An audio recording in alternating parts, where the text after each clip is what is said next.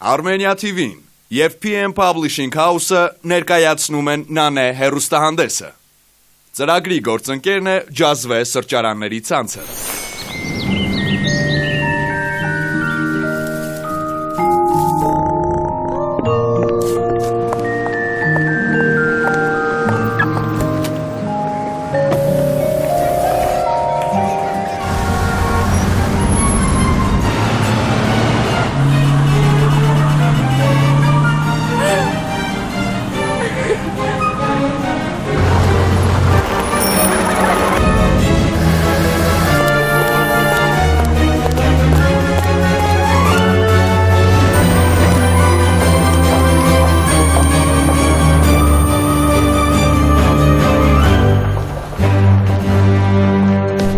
Անհրաժեշտ կնոջը հանգստյան օրերին կենցաղային հոգսերից ցրվելու համար։ Մի բաժակ սուրճ եւ հետաքրքիր խորհուրդներ, խոհանոցի, առողջության եւ գեղեցկության վերաբերյալ։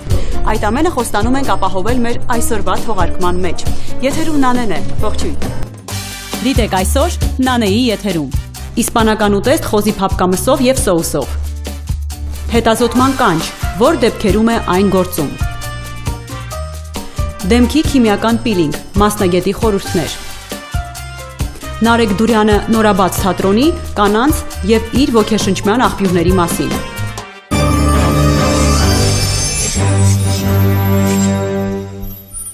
Լավ ընթրիքից հետո կարելի է ներել ցանկացածին, նույնիսկ ամենավատ բարեկամներին։ Սրանք Օսկար Ուայլդի խոսքերն են։ Իհարկե վատ բարեկամների հետ այդքան էլ համամիտ չեմ, բայց ընդհանուր առմամբ լիովին համաձայն եմ։ Այսօր մեր խոհանոցում Casa de España ռեստորանի շեֆ-խոհարար Արտակ Հակոբյանն է։ Ողջույն Արտակ։ Ինչ ենք այսօր պատրաստելու։ Այսօր պատրաստել ենք խոզի մսով ուտեստ, այն կոչվում է cerdo asado, այսինքն ասել կուզի խոզի միսը պատրաստված ջեռոցում։ Դրա համար մեզ անհրաժեշտ է խոզի փափկամիս, նախապես ջեռոցում չորացված կարտոֆիլներ, թթվասեր, կաթիսեր, սպիտակ գինի, զիթապտղի ձեթ, սխտոր դափնու տերև։ Այս պարագայում մենք օգտագործում ենք մանչեգո տեսակի իսպանական պանիր։ Այս պանիրը կարելի է փոխարինել պարմեզան պանիրով, կարելի է ասել համարժեք պանիրներ են, տրասասող, ինչպես բոլորից հայտնի է լուկ պորեյ եւ վերջ։ Կտրատենք խոզի միսը։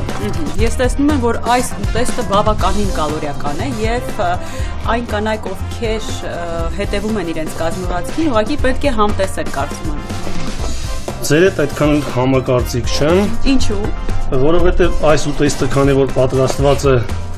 բավականին մեծ սիրով եւ հոգատարությամբ, ցանկացած կին, այդ թվում նաև դուք կարող եք առանց շատ գայթակղվելու համտեսել, ինչու՞ չէ նաև կշտանալ այս ուտեստով։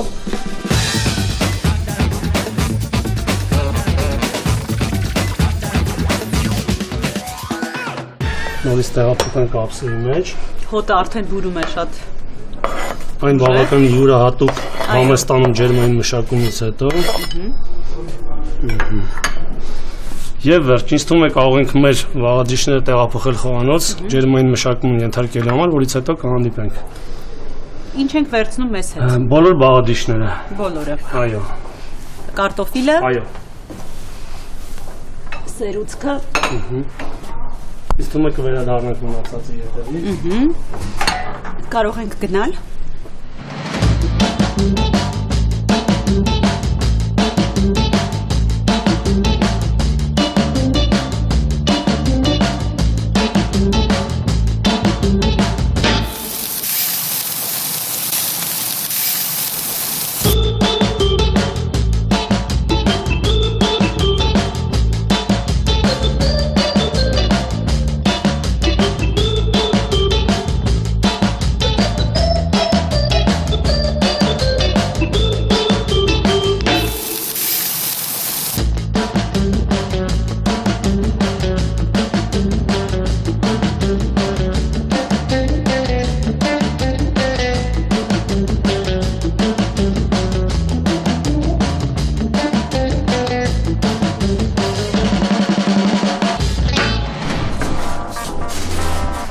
Մեր համեղ ուտեստ արդեն պատրաստ է։ Կարող ենք այսպես մատուցել։ բավականին տաք է եւ ուղղակի գույնը փոխելու համար փոքր ավելացնում ենք կանաչի եւ մեր Սերդո Ասադը խոզի միսը ջեռոցում պատրաստ է։ Շնորհակալություն Արտակ, այս համեղ ուտեստը մեզ համար պատրաստելու։ Սա մենք այսօր կնվիրենք մեր օպերատորներին։ Բարեխոհ։ Իսկ ձեզ սիրելի հեռուստադիտողներ, եթե հետաքրքրում է այս ուտեստի բաղադրատոմսը, կարող եք դիտել հեռուստաէկրաններին եւ անպայման պատրաստել։ Բարի ախորժակ։ Suetro asado 300 գրամ խոզի փափկամիս, 300 գրամ կարտոֆիլ, 20 գրամ մանջերո պանիր, 50 գրամ պրասասող, 30 միլիգրամ ձիթապտղի յուղ, 30 միլիգրամ սպիտակ գինի, 60 միլիգրամ սերուցք, 10 գրամ սխտոր, 30 գրամ թթվասեր։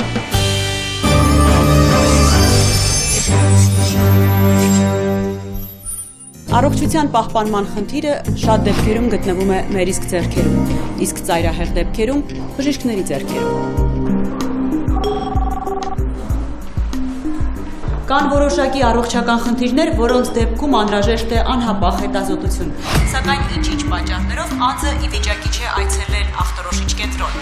Նման դեպքում օգնության է գալիս հետազոտման կանչ ծառայությունը, որի մասին այսօր կզրուցենք Էկոսենս ախտորոշիչ կենտրոնի փոխտնօրեն, բժիշկ ռեանիմատոլոգ Նարեկ Պեպանյանի հետ։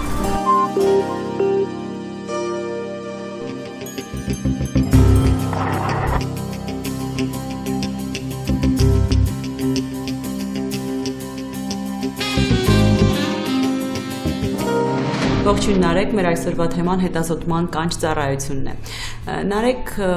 հետազոտման կանչ ծառայությունը կարծես շտապ օգնություն լինի, հա, որոշ առողջական խնդիրների դեպքում։ Ինչ է իրենից ներկայացնում այս ծառայությունը։ Ողջույն Նարինե, ուրախություն մեր ազգաբնակչությամբ կցանկանայի տեղեկացնել, որ Էկոսենս ախտորոշման կենտրոնը մեկնարկել է արդեն հետազոտման կանչ ծառայությունը։ Ինչ է իրենից ներկայացնում հետազոտման կանչ ծառայությունը։ Հետազոտման կանչ ծառայության շրջանակներում մեր քաղաքացիները ունեն հնարավորություն իրենց հարմար վայրում հետազոտվելու։ Դա կարող է լինել բնակարան կամ աշխատանքի վայր։ Հետազոտման կանչ ծառայության շրջանակներում ախտորոշման կենտրոնը ունի հնարավորություն կազմակերպել գործիքային եւ լաբորատոր հետազոտություններ։ Ինչ վերաբերում է գործիքային հետազոտությունների ցանկին, մենք ունենք հնարավորություն տեղում կազմակերպել ուլտրաձայնային հետազոտման բոլոր մեթոդները, ինչպես նաեւ սրտաբանությանը վերաբերվող որոշ հետազոտություններ։ Ուլտրաձայնային հետազոտման մեթոդների մեջ ընդգրկված են ընդհանուր սոնոգրաֆիան, փոքր կոնքի օրգանների սոնոգրաֆիան, վահանաձև գեղձի սոնոգրաֆիան, վերին եւ ստորին վերջույթների անոթների հետազոտություն, ինչպես նաեւ հոդերի սոնոգրաֆիա։ Ինչ վերաբերվում է սրտաբանությանը, մենք ունենք հնարավորություն կանչի շրջանակներում կատարել էլեկտրասրտագրություն, էխոսրտագրություն եւ բժշկության մեջ հետազոտման մեթոդ կա, որը կոչվում է խոլտեր հետազոտություն։ Մենք խոլտեր հետազոտությունը նույնպես կարողանում ենք կազմակերպել հետազոտման կանչ ծառայության շրջանակներում։ Բացի գործիքային հետազոտման մեթոդներից, ունենք հնարավորություն նաև կազմակերպել լաբորատոր բոլոր հետազոտությունները հետազոտման կանչ ծառայության շրջանակներում։ Այսինքն, մեր աշխատակիցները տեղում, կրկնում եմ, տանը կամ աշխատանքի վայրում ունեն հնարավորություն նմուշարել լաբորատոր ցանկացած նմուշ։ Հետաքրքիր է, իսկ հիմնականում ովքեր են օգտվում այս ծառայությունից։ Ի սկզբանե, երբ որ մենք մեկնարկեցինք այս ծառայությունը, ենթադրվում էր, որ ծառայությունը նախատեսված է միայն այն մարդկանց համար, ովքեր ունեն տեղաշարժման խնդիրներ։ Բայց ժամանակը ցույց տվեց, որ կանչից օգտվում են բազմաթիվ քաղաքացիներ։ Դրանք հիմնականում այն մարդիկ են, ովքեր աշխատանքային գրաֆիկի հետ կապված ունեն ժամանակի խնդիրներ, ունեն տեղաշարժման խնդիրներ։ Եվ ի վերջո ցանկացած քաղաքացի, որը ուղղակի չի ցանկանում այցելել ախտորոշման կենտրոն, ունի հնարավորություն հետազոտվել հետազոտման կանչ ծառայության շրջանակներում։ Ինչ գործիքներով է իրականացվում հետազոտությունը եւ որքան է ճշգրտությունը հետազոտության։ Էկոսենս ախտորոշման կենտրոնը հագեցված է գերժամանակակից ախտորոշման գործիքներով, որոնք հանդիսանում են միջազգային ապրանքանիշների վերջին արտադրանքը։ Կցանկանայի տեղեկացնել, որ սարքերը շարժական են եւ բացարձակ տարբերություն չկա քաղաքացին կհետազոտվի ախտորոշման կենտրոնում, թե հետազոտման կանչ ծառայության շրջանակներում։ Ինչ վերաբերվում է արդյունքների ճշգրտությանը, միանշանակ հարց չի կարող լինել այդտեղ ճշգրտության հետ կապված, որովհետև կրկնում եմ, բացարձակ տարբերություն չկա հիվանդը կհետազոտվի ախտորոշման կենտրոնում, թե կանչ ծառայության շրջանակներում։ Հետազոտման կանչը ներառում է միայն հետազոտություն, թե ծառայության մեջ մտնում է նաև բժշկի բուժքրոջ այցելություն, խորհրդատվություն։ Հետազոտման կանչ ծառայության բժշկական խմբի մեջ ընդգրկված է թե բժիշկ, թե միջին բուժաշխատող, որոնք ունեն հնարավորություն տեղում կազմակերպել թե նեղ մասնագետի կոնսուլտացիա, ինչպես նաև լաբորատոր հետազոտությունների համար նմուշարում։ Հետաքրքիր է, այս ծառայությունը գործում է միայն Երևանում, թե մարզերի բնակիչներն կարող են օգտվել այս ծառայությունից։ Առայժմ կարող են օգտվել միայն Երևանի քաղաքացիները, բայց կցանկանայի տեղեկացնել, որ մենք ունենք մասնաճյուղեր նաև Հայաստանի մի շարք քաղաքներում, մասնավորապես Վանաձորում, Գյումրիում, Կապանում, ինչպես նաև Ստեփանակերտ քաղաքում։ Իսկ կան արդյոք սահմանափակումներ հետազոտման կանչի ժամանակ, եթե օրինակ համեմատենք լաբորատոր հետազոտության հետ։ Հետազոտման կանչ ծառայության համար որևիցե սահմանափակում չկա։ Ինչպես նշեցի, մենք կարողանում ենք կազմակերպել կանչի շրջանակներում մի շարք գործիքային հետազոտություններ։ Լաբորատոր հետազոտությունների ասպեկտով նույնպես որևիցե սահմանափակում չկա։ Մենք ունենք հնարավորություն տեղում նմուշարել նմուշները հետազոտվող եւ համապատասխան պահպանման մեթոդներով տեղափոխել լաբորատորիայում, որտեղ էլ կատարվում է հետազոտությունը եւ քաղաքացին ժամերի ընթացքում ունենում է լաբորատոր ցուցանիշների պատասխան։ Իսկ ինչպիսին է գնային քաղաքականությունը։ Գնային քաղաքականության մեջ բացարձակ կապ չունի քաղաքացին հետազոտվում է հետազոտման կանչ ծառայության շրջանակներում թե ախտորոշման կենտրոնում։ Ուղղակի հարկ է նշել, որ հետազոտման կանչը վճարովի ծառայություն է եւ քաղաքացին ստիպված է լինելու վճարել հենց կանչի համար։ Շնորհակալ եմ Նարեկ ինֆորմատիվ զրույցի համար, մաղթում եմ ձեր հիվանդներին լավատեսություն եւ առողջություն բնականաբար։ Շնորհակալություն։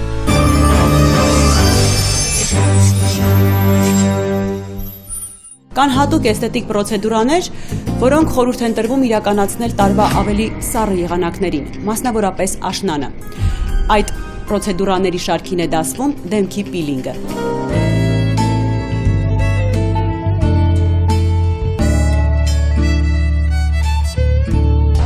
Ինչ է պիլինգը, պիլինգների ինչ տեսակներ կան, որքանով է պրոցեդուրան տրավմատիկ, որ խնդիրների դեպքում է այն կիրառվում։ Այս հարցերի շուրջ այսօր կզրուցենք Ջոն Դիկ կենտրոնի տնօրեն Արգինե Դավթյանի հետ։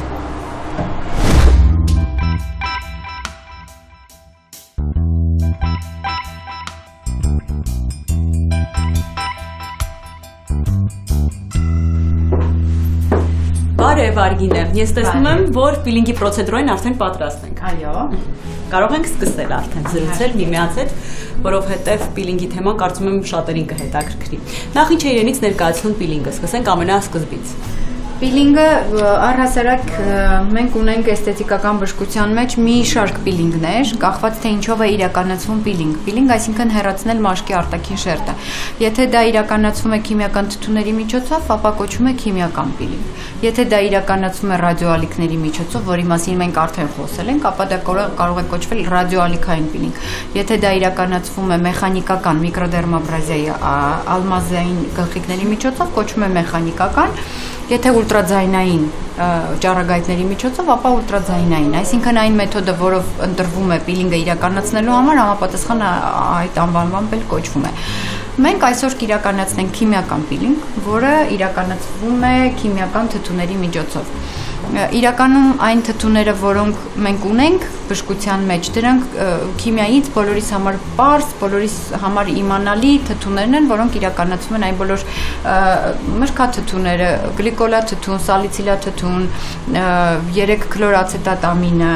որը մեր բժշկության մեջ կոչվում է TCA։ Ցանկացած թթու բնականաբար ունի անհատական մոտեցում հաճախորդի մաշկի այս կամ այն խնդրի համար։ Օրինակ գլիկոլաթթուն ընտրում ենք պիգմենտային բծեր ունեցող մաշկի դեպքում, սալիցիլաթթուն ավելի շատ որպես պրոբլեմատիկ մաշկի, ճարպի արտադրություն, կերատին սեբորեային պրոբլեմի դեմ եւ պրոբլեմատիկ մաշկի դեմ։ Ունենք մի շարք թթուներ, որոնք օգտագործում ենք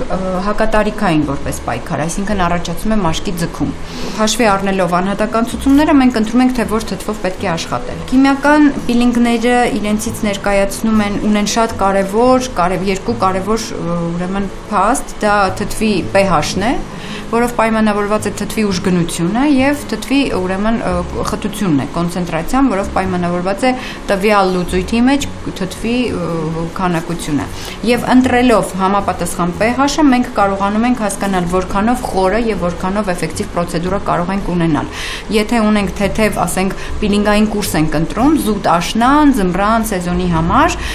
իդեպ ասեմ, որ ամռանը մենք համարյա թե չենք անում պիլինգներ, որովհետեւ արևային ճառագայթները ուղղակի հակացուցված են պիլինգ պրոցեդուրային։ Պիլինգի համար լավագույն եղանակ համարվում է խորաշունը եւ ձմեռը եւ իհարկե գարնան առաջին ամիսը, երբ արևը քիչ է։ Եվ եթե ընտրում ենք հակատարիքային որոշ ինչ-որ կուրս պիլինգներով, ապա ընտրում ենք ոչ շատ խորը, ոչ շատ թթու քիմիական թթուներ,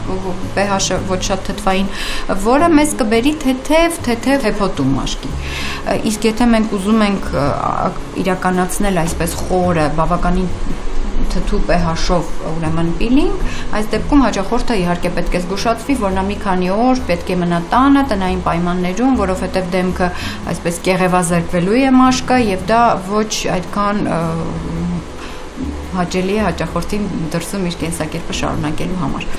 Այսօր կընտրենք, քանի որ մենք ունենք պիգմենտավորված մաշկ, իհարկե մի փոքր յուղոտ մաշկ է եւ չէր խանգարի նաեւ սալիցիլաթթվով աշխատելը, բայց ես ընտրեցի գլիկոլաթթվով աշխատելու տարբերակը, որովհետեւ պիգմենտավորում ունենք մաշկի եւ կուզենայի, որպեսզի այդ պիգմենտները մի քանի տոն բացվեին։ Իսկ որքան է տևում պրոցեդուրան, սա մի անգամյա պրոցեդուրա է, թե մի քանի անգամ պետք է կրկնել, որ ամբողջովին մաշկը նորովի փոխել։ Գիտեք, այստեղ եւս անհատական ցուցումները շատ կարեւոր են, նայած թե մենք ինչ ենք ուզում ստանալ։ Եթե մենք բուժում ենք պրոբլեմատիկ մաշկ եւ որոշում ենք, որ պիտի անենք պիլինգների կուրս, ապա այս մի քանի պրոցեդուրաներ ենք ընտրում, բայց ես բազմիցս նշել եմ, որ ես մոնոթերապիայի կողմնակից չեմ եւ իմ թերապիայի կուրսի մեջ ներառում եմ տարբեր ուրեմն բնույթի պրոցեդուրաներ։ Առհասարակ եթե արվում է հակատարիքային պայքար, երբ կինը եկել է, իր ժամանակն է այդ տարվա մեկ կուրսը անցնելու, մենք անհատական իր քարտի մեջ մտցնում ենք առաջինը պիլինգ բավականին խորը եւ դրանից հետո նոր ինյեկցիոն միջամտություններ, սարքերի միջոցով ինչ-որ միջամտություններ եւ այլն։ Բայց եթե արվում է պրոբլեմատիկ մաշկի կամ հակապիգմենտների դեմ բուժում եւ ընտրում ենք պիլինգի տարբերակը, ապա այն կարելի է անել կուրսով։ Կարելի է անել նույնիսկ պահպանողական, մի քանի անգամ արվեց, որից հետո արդեն անցանք որպես պահպանողական, այնքան որքան մեզ եղանակային պայմանները թույլ կտան։ Մենք հիմա արդեն անցնում ենք բում պիլինգին, առաջին քայլը մեր մոտ նախապիլինգային նախապատրաստումներ մաշկի, որից հետո անմիջապես անցնում ենք բում պիլինգին։ Ընտրել ենք ալֆա պիլ, բավականին թթու pH ունենք եւ բավականին խիտ լուծույթ։ Այսինքն հաճախորդը զգուշացված է, որ պիլինգից հետո 2 օր, ուրեմն 2 օրից հետո ունենալու է մաշկի վրա լուրջ թեփոտում։ Հիմա ձեզ ցավում է։ Ոչ։ Լավ։ Շուտով կսկսի ուրեմն ծակծկոցները։ Կան հաճախորդներ, ովքեր դժվար են դիմանում, բայց այնուամենայնիվ դիմանալու process է։ Եվ վերջին հարցս, իսկ մեզ հայ կանանց հաճախ է ցուցված պիլինգը զուտ մաշկի երանգից ելնելով։ Գիտեք, հատուկ նշեցի, որ պիգմենտների դեմ ունենք գլիկոլաթթու, որը աշխատում է լավ պիգմենտների դեմ, բայց այնուամենայնիվ հայկական ուրեմն մաշկին ցուցված է, բավականին շատ ենք անում իրականացնում այս process-ը եւ շատ արվում է աչքերի շուրջ մուգ պիգմենտների վերացման համար, որոշ իհարկե մասնագետներ վախենում են ավելի մոտիկ աշխատել աչքերի շուրջ, բայց պիլինգի ուրեմն սերտիֆիկացումը անցնելուց հետո, երբ արդեն աշխատելուն ծանոթանում ենք, ապա այդտեղ կարողանում ենք հասկանալ, կարող ենք աշխատել աչքերի շուրջ, թե չէ։ Իհարկե շատ զգույշ, որպեսզի աչքի մեջ նյութ չընկնի, որտեղ սրանք քիմիական թթուներ են։ Ես զգում եմ, որ հաճախորդը արդեն անհանգիստ է։ Այո, արդեն ժամանակն է նեյտրալիզացիայի, մենք չեզոքացնում ենք թթուն հիմքի միջոցով։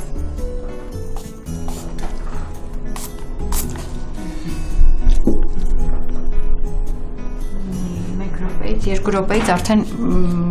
ամբողջությամբ ծակոցները եւ այդ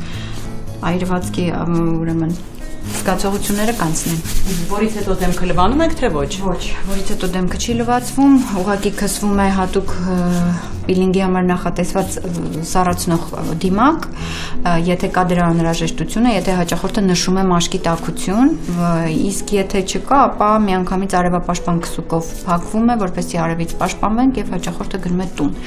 Արևի տակ դուրս գալ չի կարելի, դեմքը չենք լվանում 2 օր։ 2 օրից հետո արդեն լվացվում է եւ հատուկ ուրեմն հետ պիլինգային խնամք է նշանակվում, որպեսզի մաշկը խոնավացնի, մաշկը փափկեցնի, որ թեփոտումը հեշտ իրականացվի։ Շնորհակալություն Արգինե, մանրամասն ներկայացնելու համար։ Ես նույնպես շնորհակալ եմ։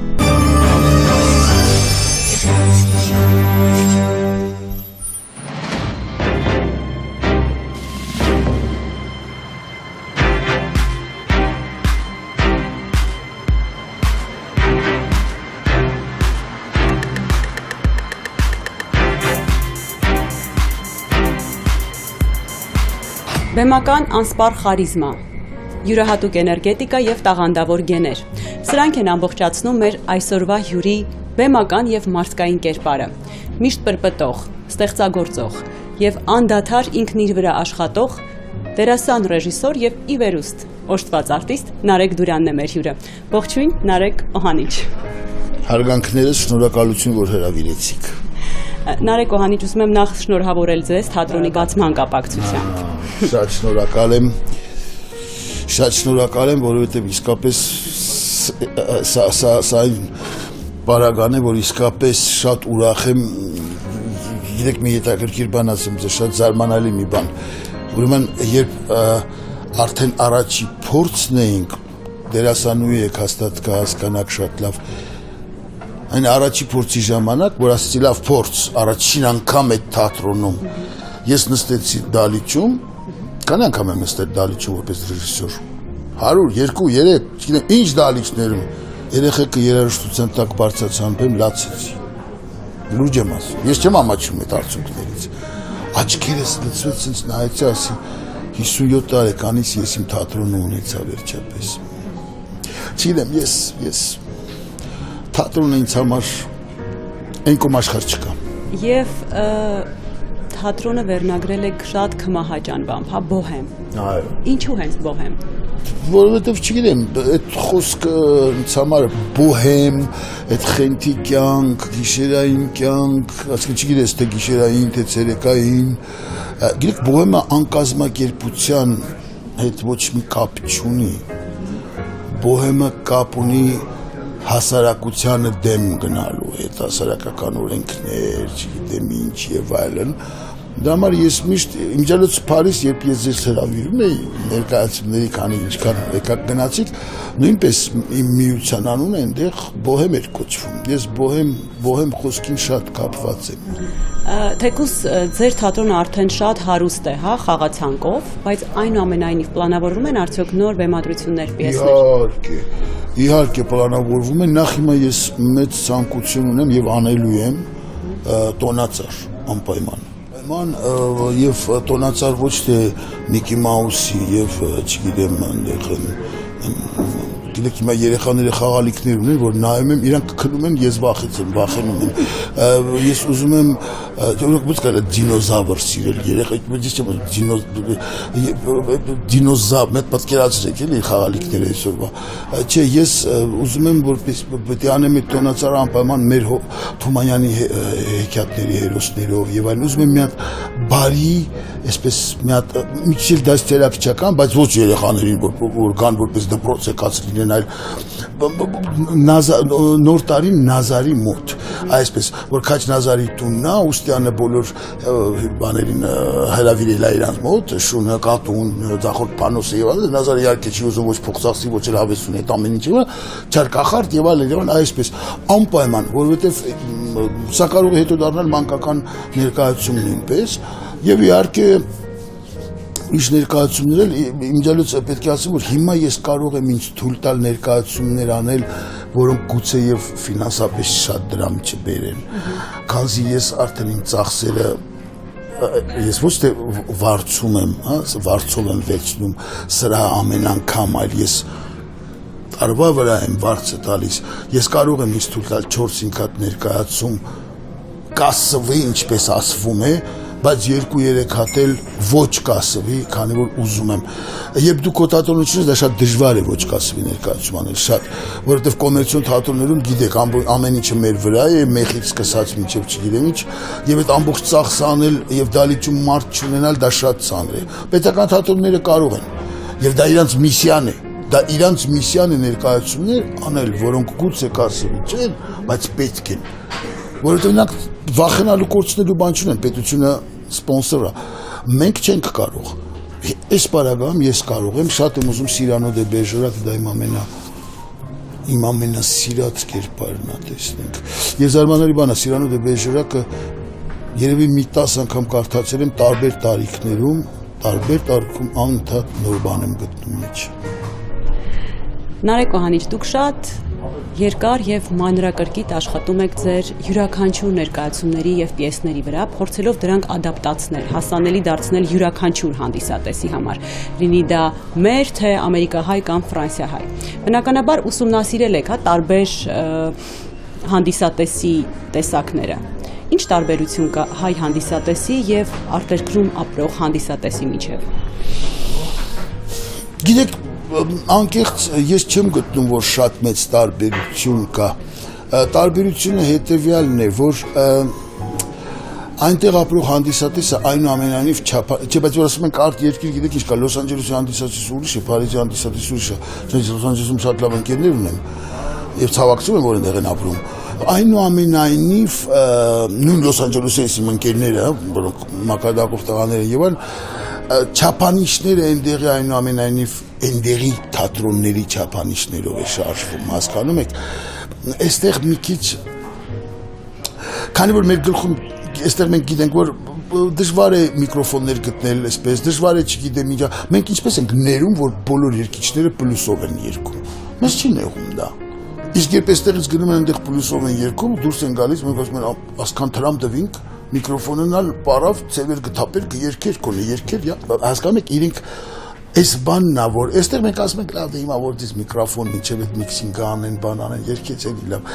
Այս մենք մի քիչ ավելի հանգիստ ենք մոտենում տեխնիկական սխալներին, հասկանում եք, այնտեղ մի քիչ, իսկ ընդհանուր առմամբ սյուժետային առմամբ ես տարբերություն չեմ տեսնում մեծ, եւ ոչ էլ ֆրանսիացի հանդիսատեսի մեջ չեմ տեսնում։ Իմ զերոց ֆրանսիացի հանդիսատեսը մի հետաքրքիր բան ունի, ինքը գալիս է ներկայացման ի տարբերություն մեր հանդիսատեսի, շատ լավ տրամադրված է։ Մերոնք այսպես են գալիս, տեսնենք եթե չեն գնալ այսպես։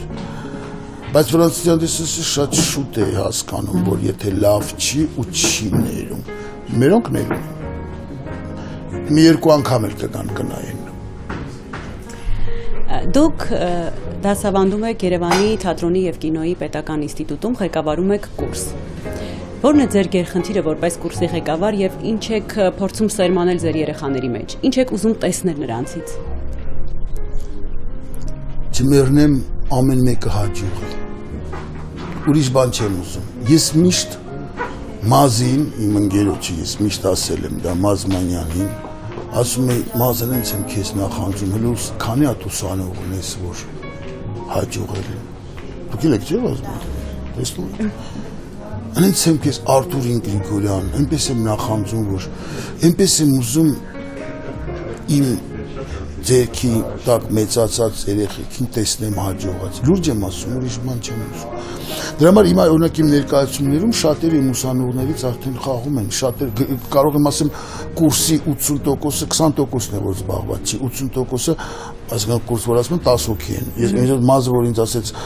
կուրս կհավաքես, ասի կհավաքեմ, բայց 10 հոգի։ 30 հոգի կուրսում ինչ ասել է դա։ Ինչ ագրիկուլտուր եք պատրաստում, ինչ եք անում, դա ուրիշ թեմա է, հիմա չխորանամ դրա վրա, ափսոս մեր թատերական ինստիտուտը ինչ որ անցնենք առաջ։ 8 հոգին արդեն ներկայացումներում ես խաղում են եւ ված չեն խաղում եւ ես մինչեւ վերջ իրենց վստահ ես սպասում եմ այն օրվան, որ ես բեմ չդուրս գամ, իրանք դուրս գան բեմ, ես հաջող ստանամ։ Եվ դրան վաստակեմ, ինչու՞ չէ։ Անշուշտ։ Եվ 4 տարի ինստիտուտում մի կոպեկ չենք վաստակում, գոնե իրանք է դրան բեկ բերեն։ Եվ ուզում եմ հավելել, որ ձեր երեխաները, քանի որ ես դասավանդում եմ նաև ձեր երեխաներին, ուզում եմ հավելել, որ շատ լավ մարդիկ են իրենք ամեն մեկը անհատապես։ Ահա որ աշխատում եմ ես այդ բաների վրա։ Երբ ֆուագրային կուտում միասին, հետո տանում եմ չինական, հետո գիտեք ինչ, ախր դասավանդելը դա մենակ քո Ստանիսլավսկու սիստեման չի։ Դա որ դանակով պատարակաղով ձուկն են ուտում, դա իրենք վաղը եթե գտնվեցին հանգարց Լոնդոնում, հնարավոր է, իրենք պետք է ընկճված իրենց չզգան։ Վատ Լոնդոնում կգտնվեն, խնդիր չկա, ինչպես եւ վատ Երևանում։ Այդ պրոբլեմ չի, հա։ Մի տարբերությամբ այստեղ սեմշկակը չրտեն, այնտեղ չգիտեմ ինչ կան, բայց եթե ընտիր մի տեղ իրենք պետք է իմանան ինչպես նստեն, պետք է հասկանան, որ երբ նստում են սեղան, մեկի մոտ հյուր, չի պիտի սկսեն ուտել, մինչև տանտերը չասի բարի ախորժակ, ինչպես մենոնք նստում են, սկսում են միանգամից ուտել, չէ՞, այդպես դրա համար ես ոչ միայն այդ թատրոնով եմ իրանց հետ զբաղվում, այլև դրա համար իրենք ինձ չեն թողնում, գիտեք, ես ընտանիքս են դարձել հիմա։ Մանավանդ այս թատրոններ, որ եղավ ներկայացումից հետո մենք չենք գնում, մենք մնում ենք մինչև 12-ից 1, ասում եմ երեխեք չեք ուզում գնաք դու, չէ, հետո տանում եմ հերթով բոլոր, մի խոսք, բայց լավ, ես գոհ եմ։ Ինչքան իրանք են ինձանից օգտվում։ Իրանք չգիտեն, ես էլ իրանց ջահելությունը վամպիր նման տանում եմ, այնպես որ նորմալ ավելի չի։ Ներկայում շատ է խոսվում դերասանների պրոֆեսիոնալիզմի մասին։ Կարծում եմ պրոֆեսիոնալիզմը ամենացայտուն կերպով դրսևորվում է հենց թատրոնի բեմում, երբ դերասանը կարողանում է ներկայացման սկզբից մինչև ավարտը պահել հանդիսատեսի ուշադրությունը։ Ես կարծում եմ, որ դուք այն եզակի արտիստներից եք, ում կարողանում եք այդ ներվը հանդիսատեսի պահել, այդ էներգիան պահել ամբողջ ներկայացման ընթացքում։ Ինչ եք կարծում, դա յուրաքանչյուր միզանսցենի վրա դետալ առ դետալ մանրակրկիտ աշխատանքի հետևանք է, թե դուք եք խոստանում, որ դա ի վերուստ է տրվում, կամ կա, կամ չկա, ինչքան ուզում ես քեզ կոտորի։ Երկուս։ Գիտեք, վստահ եմ ձեր կուրսում էլ ինչքան տաղանդավոր տղաներ կան, որ ընդունվել են 4 տարի հետո, քանի որ չաշխատեցին, ոնց ընդունվեցին, այդպես էլ ավարտեցին։ Եվ ինչքան կան, որ շնորհքով շատ ավելի նվազ էին, բայց քանի 4 տարի աշխատեցին, բարդ, երկուսը միասին, տաղանդը առանց աշխատանքի ոչ մեկ բան է, աշխատանքը առանց տաղանդի նույնպես դժվար է, բայց զարմացնեմ ձեզ, ավելի դյուրին կհասնես աշխատասիրությամբ առանց տաղանդի, քան տաղանդով առանց աշխատասիրությամբ, ես դրան հավատում եմ, երկուսն էլ և շատ կարևոր է, և իհարկե ինտելեկտներ պետք է անընդհատ նկատես, տեսնես, արձանագրես, շատ կարևոր է, որովհետև ինչ որ տեսնում ես, ինչ որ նկատում ես, ինչ որ դա ամբողջը կազմավորում է քո հումորը շատ կարևոր է, հումոր, ոչ թե խնդացնել, խնդիկը ուրիշ բան է, հումոր, գիտեք, Դովլատովը հանճարեղ բան է ասել, հումորը դա մարդու ինտելեկտի արտացոլումն է, ես շատ եմ կրկնում այս խոսքը, որովհետև դա Դովլատով ինձ համար տոպիսիմո անձնավորություն, դե ծնողները հրյա հայ, պատկերացնում եք ինչ սարսափելի խառնուրդ է, և դա շատ կարևոր է, գիտեք ինչ, այսօր դերասաններ կան, նայում ես, բերանը բացում է, ասում ես դատար կա, բան չի ասել դեր, ասել է բարև, չկա, Ֆրունզը բերանը բացում է, ասում այսբերգա, շատ կարևոր, սա, չնայած այսօր ամեն ինչ անում են, որ սա վերանա։ Ես գիտեմ, որ դուք չափազանց ճշտապահ եք, որտեղից արտիստին այդ ճշտապահությունը։ Այլս այդ պունկտուալը, ամեն ինչ իրա տեղը դնելը, ես պապան ասում էր ժամը 3-ին ճաշ, ես գալիս է 3-5, ինձ սոված էր թողնում, չէի ուտում։ Բարեբախտաբար Թիֆլիսից տատիկ ունեի, մամայիս մաման գնում էր բրդուճ էր անում, դնում էր գրպանը խալաթի, մտնում էր տարիցեր, ասում էր կերկանի երեկ չի տեսել։ Ես հայրս այդ աշխատասիրություն, չխաբել, աշխատանքի մեջ ոչ քեզ, առաջին հերթին ոչ ուրիշին, դրանք շատ կարևոր բաներ են և գիտեք ինչ է, բաներ կան, որ ես համաձայն չեմ, ով է ասի, որ դերասանը պիտի անպայման վատ ապրի, սոված, ես բացարձակապ դարը փոխվել է, այնպես ուրիշ հարց, որ երբ սոված ես լավ ես ստեղծագործում, դա ես համաձայն եմ, երբ կուշտես չի գրվում, այ երբ անոթի ես գրվում է, դա ուրիշ հարց, բայց ես համաձայն չեմ, որ դերասանը պիտի բնթի լինի, դերասանը պիտի չգիտեմ, անպայման ես լեցուն ընկերներ ունեմ, ժամը 5-ին են զարթնում առավոտյան եւ ստեղծագործում, եւ լեցուն ընկերներ ունեմ, քնում են ժամը 7-ին առավոտյան, որտեղ գիշերն են ստեղծագործում։ Մեր մասնագիտությունը շատ տարօրինակ մասնագիտություն է, օրենքներ չկա։ Կարևորը ինքդ քո հանդեպ անզիջող լինես եւ իմանաս, որ սպորտ, արվեստ միջին չի կարող լինել։ Կան մարդիկ, ովքեր իրենց տեսակով արտիստիկ են։ Եթե չլինեիք արվեստի մարդ, բեմի մարդ, ինչ մասնագիտություն կընտրեիք։ Խոհարը։ 100%։ Որովհետև դա էլ է արվեստ։ Մենք Ֆրանսիայում խմբով հիշում եք, շատ ենք գնացել ռեստորաններ եւ այլն, խոհար, ես նախ շատ գուրման եմ, չէ՞, ես համ գուրման եմ, համ գուրմե եմ, երկուսն էլ։ Եվ ես շատ եմ սիրում այդ խոհարարի հետ։ Եվ ես հավատում եմ, որ լավագույն խոհարարները տղամարդիկ են, կներեք կանայք։ Բայց դա չի նշանակում, որ ինձ պետք է դնել խոհանոցում ամբողջովին։ Նարեկ Վանիչ, կինը մշտապես եղել է արվեստագետների մուսան, հա, շարժիչ ուժը։ Բարեբախտաբար։ Հուսով եմ հիմա էլ ոչինչ չի փոխվի, մոտ ապագայում, այո։ Ինձ համար չի փոխվի հաստատ, այո։ Եվ ձեր բոլոր ներկայացումներում, բացառապես իհարկե Նեմեսիսը, որտեղ այլ բանի մասին է, կարմիր թելի նման անցնում է այսպես կնամեծար, կին սիրող հերոսի կերպարը, ունենալով բավականին հարուստ,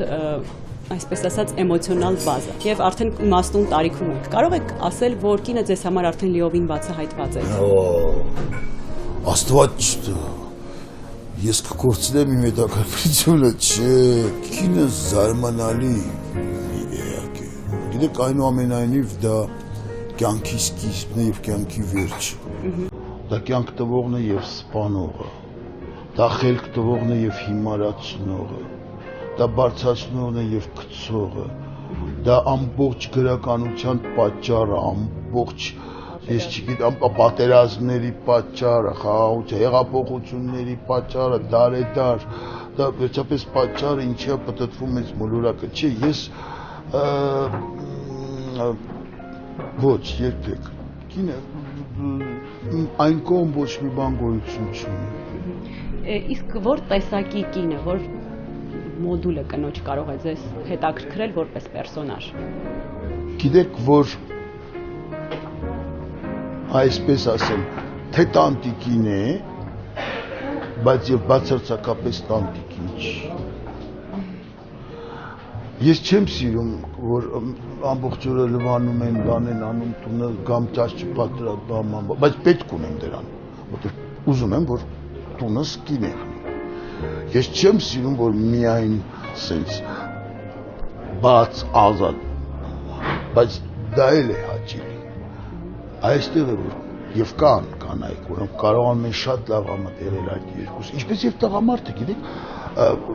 օրինակ ես միշտ փորձում եմ եւ տան տղամարդ լինել, բայց եւ բացարձակապես բոհեմի մեջ կորած տան տղամարդ չլինել։ Սա է, որ պետք է անընդհատ այս բալանսը կարողանալ բռնել։ Մեկը կամ մյուսը շատ շուտ է հոգնեցնում։ Երկուսը միասին պետք է լինեն։ Շնորհակալ եմ Նարեկ Վանիչ, հետաքրքիր զրույցի համար, ինձ շատ հետաքրքիր էր ձեզ լսել, մաղթում եմ ձեզ բազում հաջողություններ, նորանոր ներկայացումներ եւ իհարկե մշտապես լեփ-լեցուն դահլիճ։ Նմանապես շատ շնորհակալություն։